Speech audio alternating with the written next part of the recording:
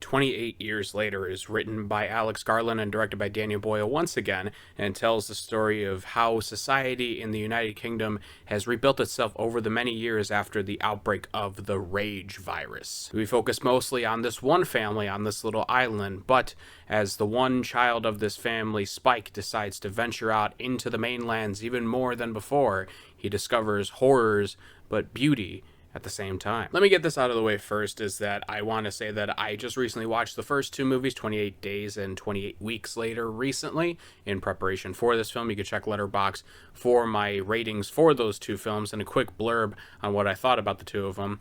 But I also would like to say that I am not the biggest zombie movie fan. It's not the genre that I'm really familiar with, or I would say even like to an extent, because I always find myself looking at the situations that the characters are in and thinking that the decisions being made in these movies are not particularly smart. And I understand that it's a movie, and I understand that you need to have characters make, decisions that cause the plot to happen.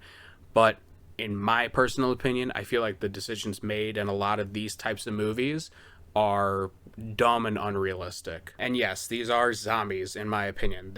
I know that they're technically infected people, but the directors have also come out and said that they're basically zombies, and they even say the word zombie in this specific movie, so do with that what you will. I don't really fucking care. But regardless, 28 Years Later, does it live up to the hype that the first movie had? And I have to say, in most parts it does. I don't think overall this movie works in a lot of ways. There's 3 different acts to this movie, and I just don't think that a lot of it is cohesive at points.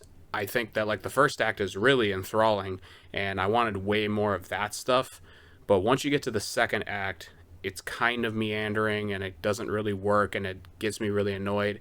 There's a third act with this film that I really enjoy. That's where Ralph Fiennes' character comes through, and he's the shining star of this entire film. I loved his arc as one of the doctors that kind of loses his mind because of the rage virus, or at least it's, told that, society and how it is now over time, he's kind of lost his mind and has become not the same person that he was. That sort of subplot was really interesting, and I loved everything that he did in this movie. And then there's the end of the movie, and I'll save that for later, obviously, but I won't get into any spoilers, obviously. But let's get into some of the positives that I had first. I do think that, as I said, Ralph Fiennes is the best part of this movie. I think his character is super, super interesting. That goes with a lot of the other characters in this film. I thought that everyone did, while I didn't like their characters for most of them, I enjoyed the performances of them. Aaron Taylor Johnson is one of them, where I found his character to be compelling most of the time, but there were other points where I found it to be a little annoying and kind of, I don't know, I just didn't like the portrayal at points as the father figure to Spike.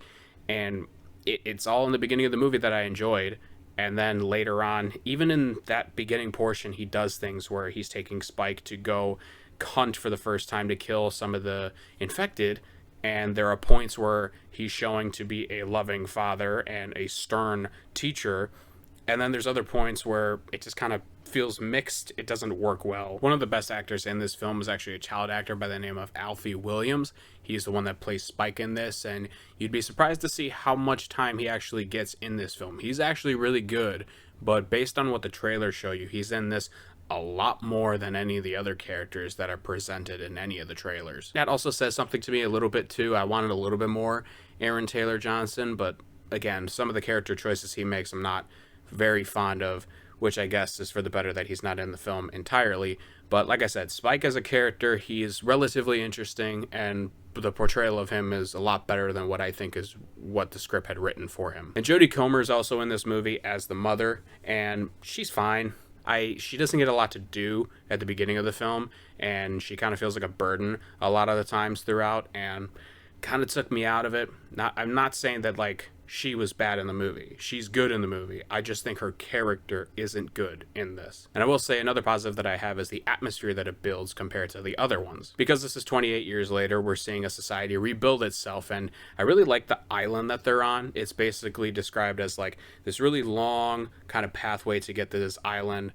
on, surrounded by water, obviously, and the tide that either rises or falls can either have the land that you walk through rise to where you can not go through it and then fall to where it's easily able to walk through. And it's a fun little kind of way to kind of explore the mainlands, basically. And I thought that the tension built out throughout the film is also really good. There's some really great tense scenes. There's some really great scares in this one.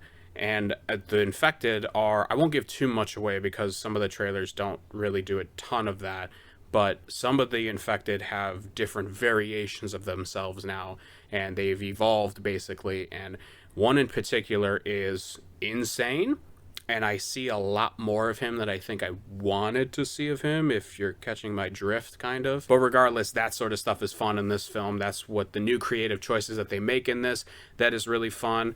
I will say that it basically retcons 28 weeks later, which is fine by me because I'm not a big fan of 28 weeks later. But also, it doesn't make sense if you're going from how I did from film to film to this one, and how it just kind of isn't the same now.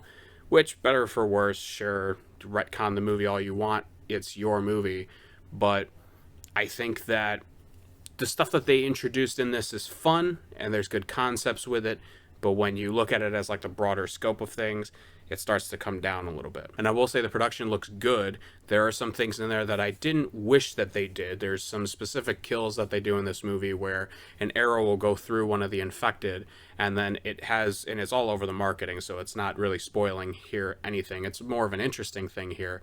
They have a rig where it's like a ton of iPhone cameras on this like half circle kind of rig where they show the character, and once the character gets hit by an arrow, the kind of film stops for a brief second, and it cuts to every different angle in like as I hit the mic, sorry, as it cuts to every different angle of the shot that they just did, which is fun in theory, and I did need to see it more than once, honestly.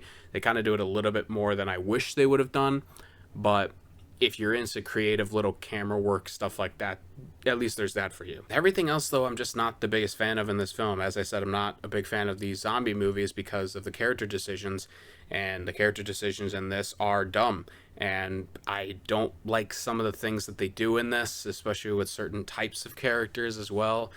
I won't get into spoilers, obviously. I wish I could here, but there's a specific scene involving infected and humans that just really was like, didn't need to happen in the movie, and also doesn't make sense to me based on biology, I guess you'd call it. I don't really know. I don't want to say more than that, but it just didn't make sense to me, and it really hampered the movie in that sense. And then, as I said before, like, I just think the character choices are really dumb. Editing is also another thing in this that was jarring, and I'm not the biggest fan of shaky cam. I think it's kind of a way to cheapen your film. It shows that you don't have the proper budget or skill to get around certain, chase scenes maybe, or any other thing that you're trying to do in this. And sometimes it works and sometimes it doesn't, and I feel like it worked less often than it should. And then you get to the end of the film, and like I said, I won't spoil anything, but it's a complete 180 in tone, and I just was like laughing the whole time watching the end of this film. It makes no sense. I hated it, honestly. It brought the movie down way more than it should, because I was sitting at like a certain rating that I had for the most part, and then by the end of the movie I saw that and I was like, this sucks. Like, that was such a bad taste in my mouth, which is a shame, because before that there's a really touching emotional beat of the film in relation to Ray Fiennes and other characters involved in the scene at the Bone Tower, which is another thing I liked about the film. That sort of area that Ray Fiennes lives in, basically. Cool design. Really like it. Ray Fiennes' character, really cool. And the sort of dynamic of characters and their situation that they have there is really fun and emotional to see. And they just undercut it all with this end of the movie. And it's apparently supposed to be the start of a new trilogy. I don't see how that's going to work. It's going to be pretty divisive, because I don't think that a lot of people really would have loved that ending and the tonal shifts in it.